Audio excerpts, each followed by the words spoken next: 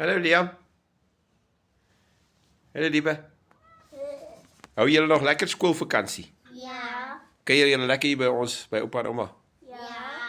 Sê vir my, hoe dink julle gaan dit eendag in die hemel wees by Jesus? Hoe dink julle? Lekker. Lekker. Hoekom gaan dit lekker wees? Ons moet kos kry. Julle gaan 'n kos kry Kos bly.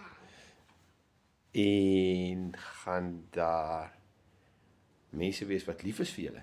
Ja. Ja, en Jesus gaan ook daar wees, nê? Maar dink julle Jesus is nou ook by ons? Ja. Hy is hier, ons sien hom net nie, nê? Ja. Maar Jesus is hier so. Hy's eintlik hier by ons. En dink julle hy's nou ook lief vir ons? Ja. Ja, hy gee nou al vir ons kos, nê? En hy sorg nou al vir ons. Ek sê. Ja, okay. Julle moet lekker kuier, hoor. Goeiemôre, baie welkom by hierdie week se kort videoetjie. Julle het nou gesien die vraag wat ek vir Liebe Liam vra en mense kry mos altyd eerlike antwoorde by kinders as 'n mens hulle nie vooraf bietjie geleer het wat om te sê nie en ek het nie. En dis interessant hoe kinders, veral Liam is nog jonk, hy's 3 jaar oud, hulle kan nie abstrakt dink nie.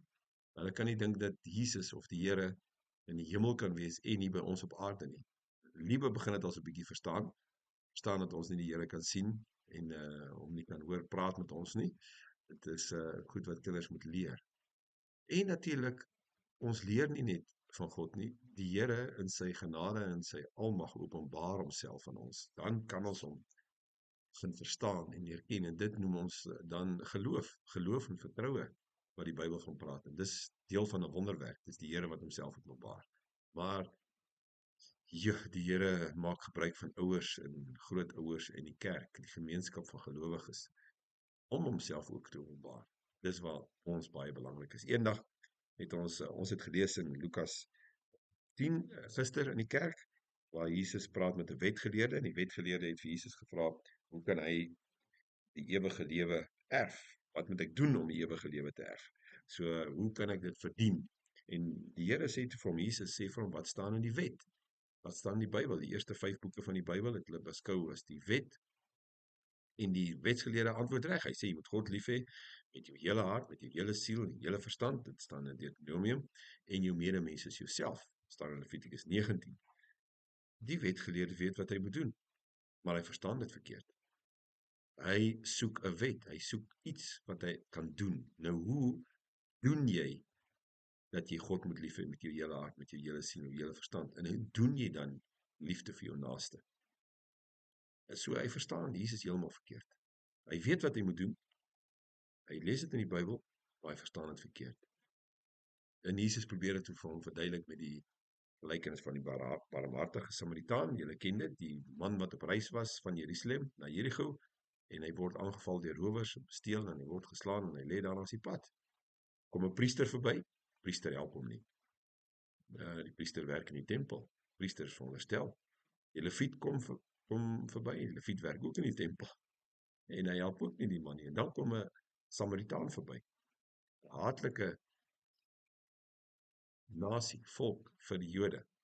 Laster Jode het hulle die Samaritane genoem. En hierdie man help die man wat ontslaan is en seer gekry het. Die barmhartige Samaritaan word die naaste van die man wat geslaan is, want hy help hom in sy nood. En die vraag wat Jesus dan sê is, nee, wetsgeleerde, jy moenie vra wie is my naaste nie, maar vir wie kan ek 'n naaste wees? En iets daarvan, ek glo Jesus vertel vir hom die gelykenis, want hy sê iets van hoe dit werk om God lief te hê met jou hele hart, met jou hele siel, jou hele verstand, jou naaste soos jouself.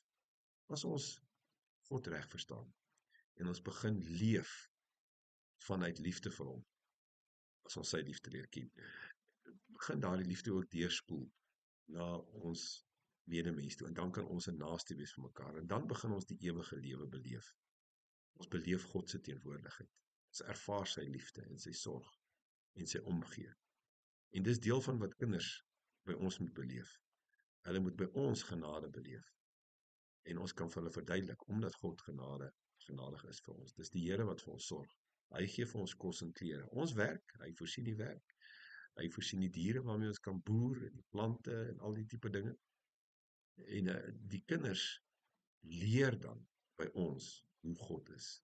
En God openbaar homself aan die kinders deur gebruik te maak van hoe ons optree.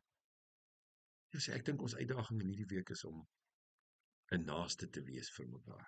In ons eie huis, in ons eie gesin, maar ook teenoor ander mense. Omdat die Here ons liefhet, omdat die Here vir ons sorg. Dan gaan die Here se teenwoordigheid beleef word. Hemel op aarde toe. Kom ons bid daarvoor. Jesus, dankie dat U vir ons, dat U Uself aan ons openbaar deur die Gees en dat ons dan tot geloof kan kom, wat glo en leef in U teenwoordigheid. Help vir ons om 'n lewende verhouding met U te hê deur lief te wees vir mekaar, om te gee vir mekaar, 'n naaste vir mekaar te wees. Dan sal ons ook vir U baie meer beleef. Amen. Wel, 'n baie lekker dag vir julle en geniet hierdie week van vakansie nog.